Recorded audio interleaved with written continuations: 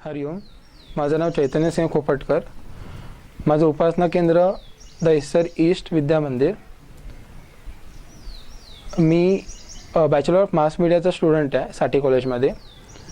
10वी नंतर मी माझ्या काकांकडे फोटोग्राफी शिकायला सुरू केलं. असं करत 12वी 11वी 12वी झालं. 12वी पास झाल्यानंतर मला थोडे कमी टक्के होते.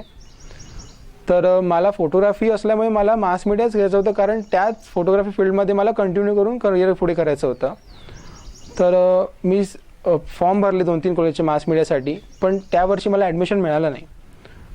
तर ते अख्खं वर्ष माझं वाया गेलं होतं. आणि अख्खं वर्ष वाया गेलं मी ते अख्खं वर्ष वाया न जाऊ देता बापूंनी ते सत्कर्मी लावलं की माझी फोटोग्राफी त्या 1 वर्षात इतकी पक्की बनवली की मी हळूहळू लग्नाची ऑर्डर करायला लागलो, प्री वेडिंग करायला लागलो, किंवा अजून कोणते शूट असतील ते करायला लागलो. असं करता करता ते वर्ष अख्खं निघून गेलं.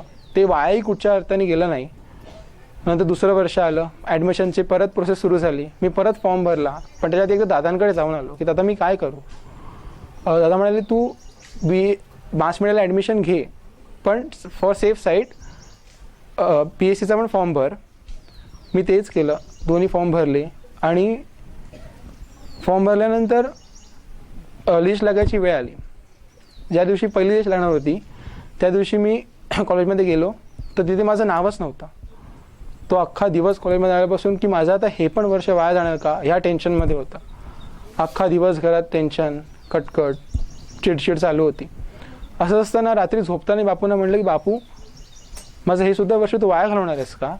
आणि मी झोपलो तर रात्री मला स्वप्नात एक सुंदर स्वप्न पडलं. ते झोपेत मला एक सुंदर स्वप्न पडलं. मी ज्या चाळीत राहतो त्या चाळीच्या बाहेर रोडवरती स्वप्नात असं मला दिसत होतं की त्या चाळीच्या बाहेर रोडवरती कसला तरी आवाज येत होता. तर तो आवाज बघण्यासाठी मी बाहेर गेलो तर बघितलं की लांबूनच बघितलं की ती साईबाबांची पालखी येते. म्हटलं तर पुढे कशाला, बाबांची पालखी येते, लांबूनच पाया पडून मी घरी जातो. तर पाया पडलो आणि मागे वळलो. घरी यायला निघालो, परत एकदा मागे वळलं, तिथून बापू चालत येत होते. मला दिसत होते की बापू हाफ शर्ट घालून सफेद कलरचं चालत येते. तुम्ही एकदम खुश झालो की आमच्या दहिसरमध्ये बापू आले, माझ्या वाडीचे इथे बापू आले. मी सगळ्यांना बोलवलं की सगळे रोडवर दिसत आहेत, मला खूप जण रोडवर आहेत बापूंच्या दर्शनासाठी. बापू सगळ्यांना दर्शन देत आहेत. आणि असं करता करता सगळ्यात शेवटी रडत रडत मी उभा होतो की माझ्याकडे बापू आले. असं करून मी रडत उभा होतो. बापू आले, सगळ्यांना दर्शन देत देत देत माझ्याकडे आले. आणि जेव्हा बापू माझ्याकडे आले तेव्हा माझ्या आजूबाजूला मला एकही कोणच दिसला. तिथे फक्त बापू आणि मी दिसत होतो मला. मी हात जोडून रडत उभा होतो बापूंसमोर आणि बापू माझ्याकडे प्रेमाने बघत होते. असं करता करता बापू मला फक्त इतकंच म्हणाले दोन्ही हात दाखवून की मी आहे ना. आणि बापू गेले. सकाळी जसा मी उठलो तसं म्हणजे उठलो पण नव्हतो. सकाळी 7-7:30ची वेळ होती. माझ्या मैत्रिणीचा कॉल आला. माझी मैत्रीण त्याच कॉलेजमध्ये आहे. तिचा कॉल आला की तुझं नाव लागलं आहे, तू आजच्याच ॲडमिशन घे, नाही तर मग सेकंड इयर लागल्यावरती ॲडमिशन मिळणार नाही.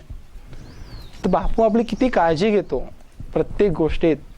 तसाच मला एक दुसरा अनुभव आहे, तुम्ही सांगतो. श्री श्वासम बापूंनी सांगितलं होतं, आपण सगळी मनापासून त्याची वाट बघत होतो. मला सेवाही मिळाली बापू कृपेने. तर बापू ज्या दिवशी पूजनाला येणार होते आदल्या दिवशी, त्या दिवशी मी आणि माझा मित्र पूजन बघायला गेलो. बापू पूजन करणार मोठ्या आईचं. ते बघायला गेलं असताना तिथे स्टेजवरती 16 निसलेले प्रपाठक होते. ते बघून मी असं मनात म्हणलं की मला कधी स्टेजवरती सेवा मिळणारच नाही का. मी फक्त खाली इतकं बोलून तो विषयच मी सोडला मनातून. आणि मला सेवा होती ती सूप भरण्याची, परिक्रमा अर्पण द्रव्य जे असतं ते भरण्याची मला सेवा होती.